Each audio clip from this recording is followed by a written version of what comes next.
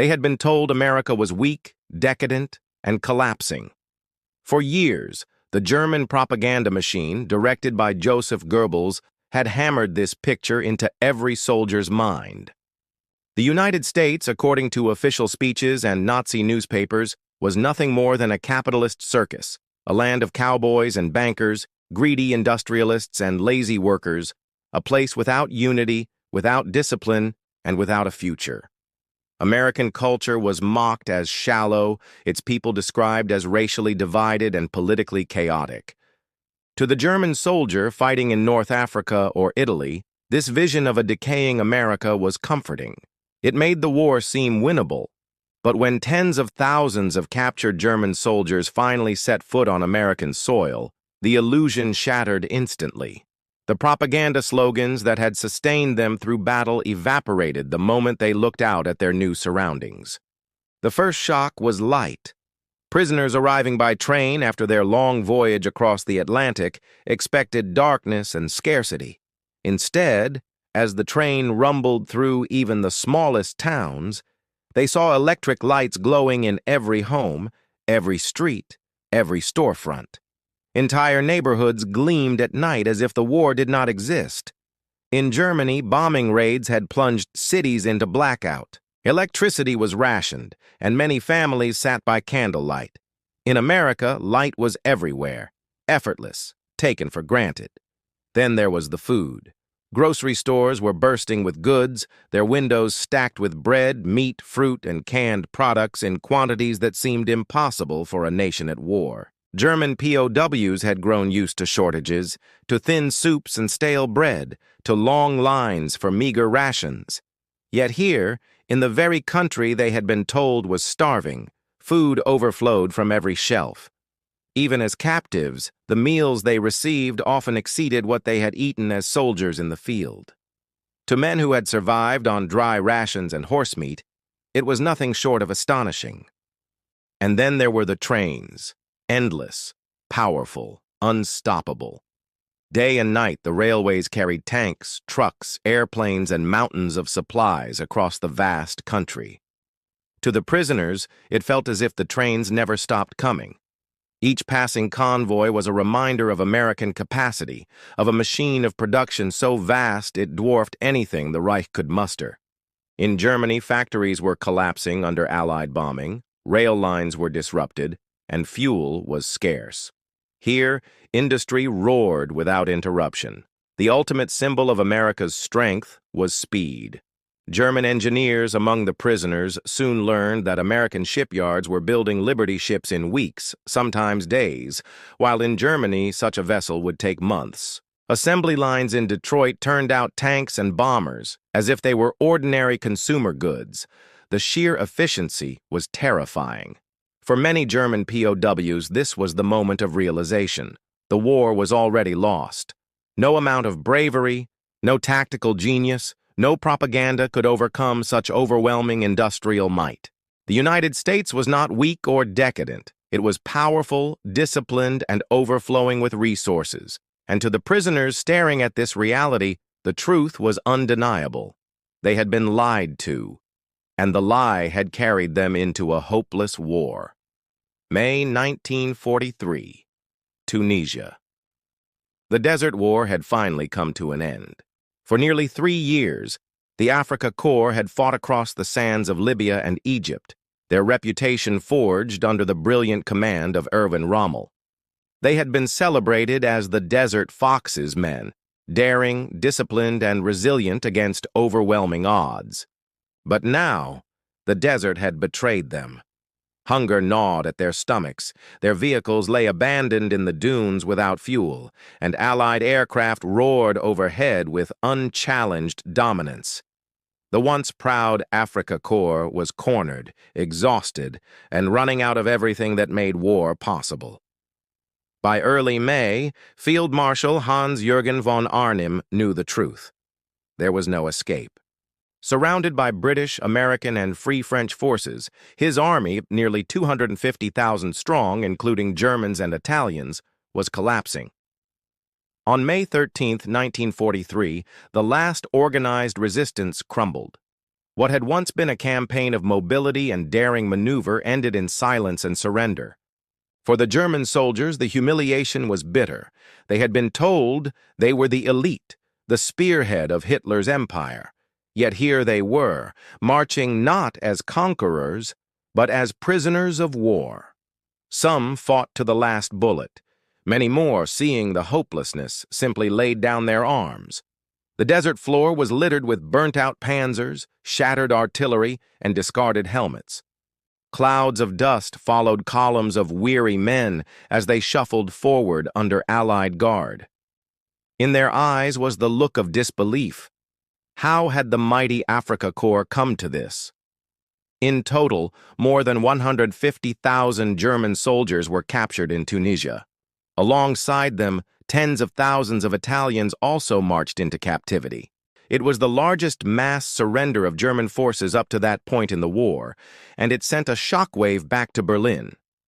For the men on the ground, however, thoughts of strategy and politics were far away. Their immediate concern was survival. Many expected harsh punishment, perhaps even execution. German officers had warned their troops that capture by the Americans or British would mean brutality. Stories circulated of prisoners shot on the spot, of starvation and abuse in Allied hands. Better, some believed, to fight to the death. Yet as the days of surrender unfolded, the reality was far different. The prisoners were gathered in makeshift camps under the Tunisian sun. They were hungry, thirsty, and demoralized. But to their surprise, they were not mistreated. Allied soldiers handed out rations, gave water, and allowed medical care for the wounded. The contrast with what German propaganda had promised was stark. Within weeks, plans were underway to move these men far from the battlefield. The Allies knew that housing so many prisoners in North Africa was impossible. Camps were already overflowing, and the risk of escape or rebellion was too high. The solution was bold: transport tens of thousands of Germans across the Atlantic Ocean to the United States. When the orders came, the prisoners were stunned. America? Many had never even seen the Atlantic, let alone imagined crossing it as captives. They whispered among themselves what fate awaited them there. Some pictured chain gangs, forced labor, and humiliation. Others feared they would be paraded in front of the American public as trophies of war. Almost all expected hardship, scarcity, and punishment. The journey began with long marches to the Tunisian railheads, followed by crowded train rides to coastal ports like Oran in Algeria. From there, they were herded onto massive troop ships, many of them converted Liberty vessels. Surrounded by armed guards and Allied sailors, the Germans felt both awe and dread. For the first time, they saw the scale of American logistics: ships by the dozen, supplies stacked like mountains on the docks, the ceaseless movement of men and machines. As the ships pulled away from Africa and into the Atlantic, a strange silence fell over the decks. The war, at least for them, was over. They were heading into the unknown. Some prayed. Others stared at the horizon. A few clung to the propaganda they had been fed, convincing themselves that America was weak and divided, that life there would be miserable. Yet deep down, most felt a gnawing anxiety. The world they knew had collapsed, and the next chapter of their lives was beginning. Not in Berlin, not in the deserts of North Africa, but in the heart of the very nation they had been told was doomed to fall. The journey itself was a revelation. After the dust and hunger of Tunisia, German prisoners suddenly found themselves herded onto vast American Liberty ships. The vessels, towering over the docks, seemed less like transports and more like floating factories. Each one carried thousands of men across the Atlantic, watched over by armed guards, but what struck the prisoners most was not the discipline of their captors. It was the abundance. Meals were served 3 times a day. To men who had grown used to watery soup and black bread rations, the sight was astonishing. Trays of white bread, thick with butter, steaming mugs of coffee, and slices of meat that seemed endless. Some prisoners ate slowly, disbelieving, waiting for the catch. Others devoured their portions, convinced it was a trick that would end at any moment. But the meals kept coming. One POW later wrote in his diary, "Even as captives, we ate better than German civilians." For men who had left behind families surviving on ration cards, this truth was as painful as it was comforting. But food was only part of the shock. All around them was evidence of American industrial power on a scale no German soldier had imagined. These Liberty ships themselves were the perfect symbol. Each was 14,000 tons of steel, assembled not by master craftsmen in months of careful labor, but by teams of American workers in a matter of days. Some prisoners were stunned to learn that entire ships had been completed in just over a week. In Germany, where resources were dwindling and Allied bombers hammered shipyards, such speed was unthinkable. As the convoy cut across the Atlantic, the lesson grew clearer. America was fighting a different kind of war. A war powered not only by men, but by machines, factories, and endless supplies. Where Germany had relied on discipline, sacrifice, and ideology, America relied on industry, organization, and the relentless momentum of mass production. For many POWs, the realization sank deep during those long days at sea. If America could build ships this quickly, feed prisoners this generously, and move armies across oceans with such ease, then the Reich's defeat was not just possible, it was inevitable. When the trains rolled through the small towns of Texas, the captured soldiers pressed their faces to the windows, silent, disbelieving. What they saw outside was nothing like the picture they had carried in their minds. Yet the reality passing before their eyes told a very different story. Children sat on porches licking ice cream cones, laughing freely as if the war belonged to another world. Families drove past in shiny automobiles, not the privilege of the elite, but something so common that almost every driveway seemed to hold one.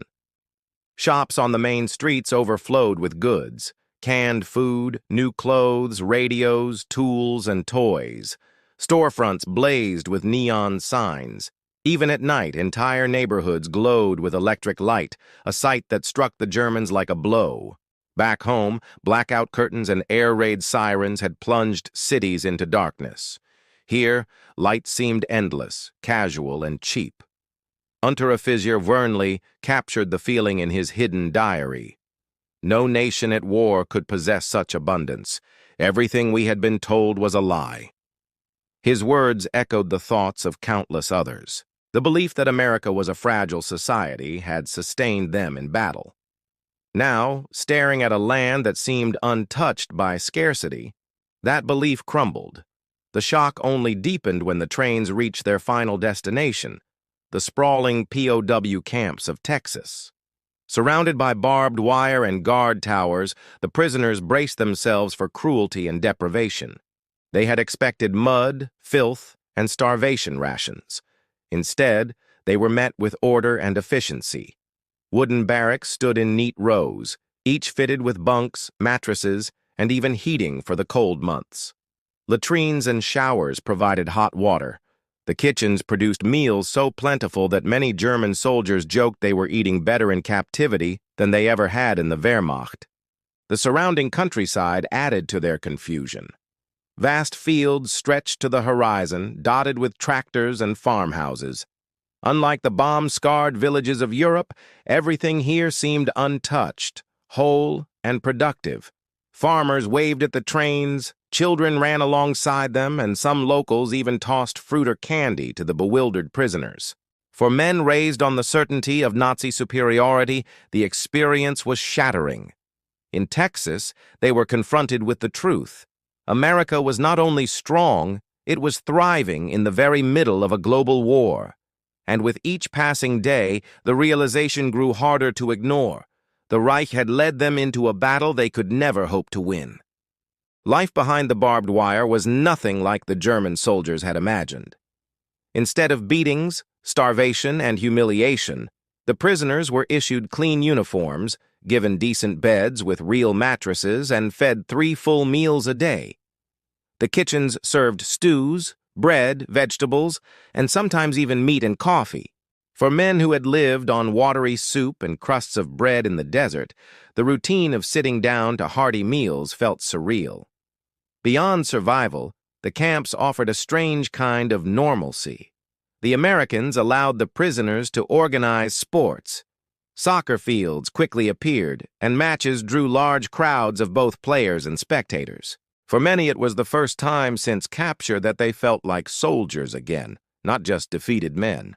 Churches were open on Sundays, with chaplains providing services in German. Some prisoners even found themselves drawn into choirs or into staging concerts and theater performances inside the camp. Music, laughter, and even applause echoed through the barbed wire fences, creating an atmosphere none of them had expected. At Christmas, the surprises deepened. American guards provided decorated trees, candles, and extra rations.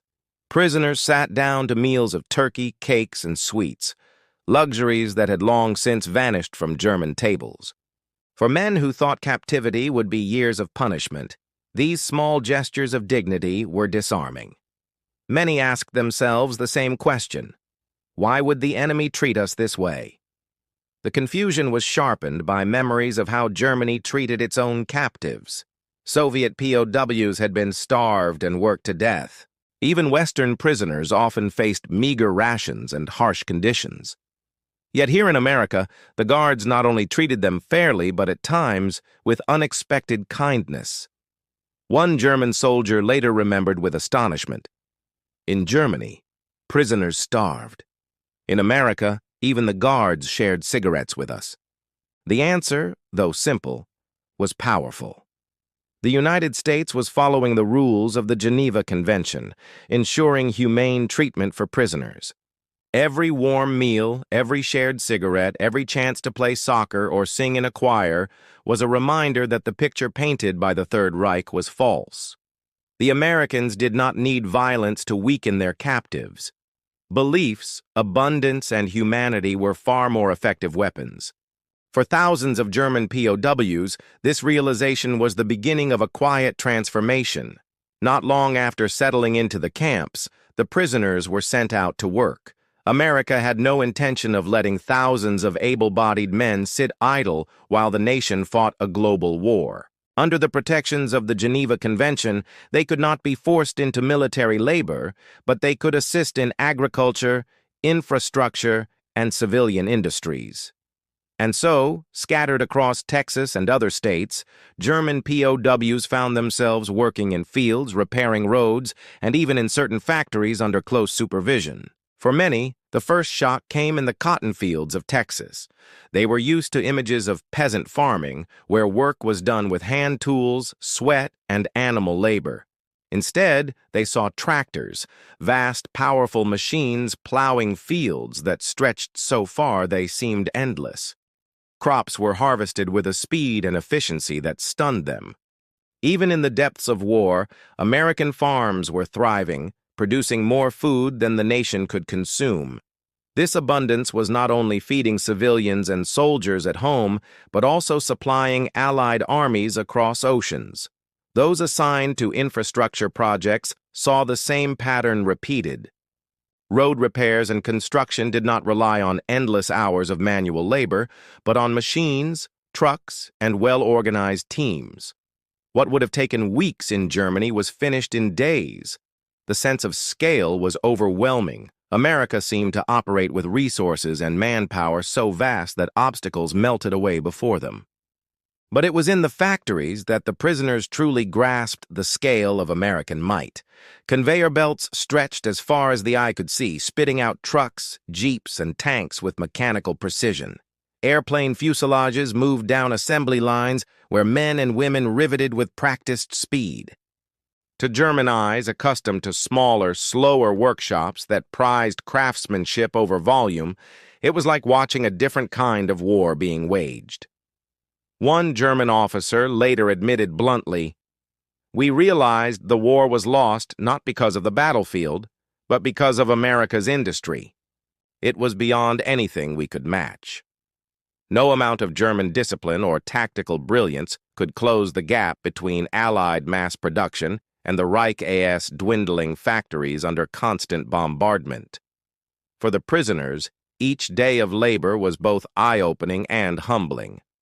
The war they thought they understood, a contest of soldiers, generals, and ideology, was in truth a war of machines, steel, and production. And in that war, America's victory was already written. Not long after settling into the camps, the prisoners were sent out to work. America had no intention of letting thousands of able-bodied men sit idle while the nation fought a global war. Under the protections of the Geneva Convention, they could not be forced into military labor, but they could assist in agriculture, infrastructure, and civilian industries. And so, scattered across Texas and other states, German POWs found themselves harvesting crops, repairing roads, cutting timber, and in some cases, even working in factories under close supervision. For many, the first shock came in the cotton fields of Texas. The Germans had been raised with images of peasant farming, where most of the work was done by hand, with the help of animals or small tools. What they saw instead looked like a glimpse of the future. Vast tractors and mechanized harvesters roared across fields that seemed to stretch forever. Crops were gathered at a speed and scale that no European farm could match. Even in wartime, American farms were producing not just enough food for their own people and soldiers, but mountains of surplus to feed their allies overseas. For hungry men who knew their families back in Germany stood in ration lines, the abundance was almost painful to witness. The same sense of astonishment followed them to infrastructure projects. Road construction did not drag on for weeks with endless man-hours of labor. Instead, fleets of trucks and specialized machines cut through the work in days. To German eyes, it seemed as though America had found a way to multiply its strength without limit. But the greatest revelation came in the factories. Inside these enormous halls, conveyor belts never stopped moving. Trucks, jeeps, tanks, and airplanes rolled off the lines in staggering numbers. Men and women, side by side, worked with relentless rhythm, turning out war machines with an efficiency the Reich could not dream of. One German officer admitted later, "We realized the war was lost not because of the battlefield, but because of America's industry. It was beyond anything we could match." For the prisoners, the truth had become unavoidable. The real war was not being decided in the deserts of North Africa or the ruins of Stalingrad. It was being decided in the factories, farms, and workshops of America. And in that war of machines, America was unbeatable. By 1946, the camps emptied. Thousands of Germans returned home carrying memories they would never forget. Some spoke of the abundance they had witnessed. Others described the fairness of the guards. But the most powerful memory was of a society where freedom and industry created a power greater than dictatorship could ever build. Historians now believe these experiences shaped post-war Germany. Many ex-POWs became teachers, engineers, and politicians who helped rebuild their nation on democratic principles, inspired in part by what they saw in America. The story of German POWs in America is more than a tale of captivity. It is a story of revelation, of young men who entered as soldiers of a dictatorship and left with a new vision of what a society could be. For them, America's greatest weapon wasn't just its armies.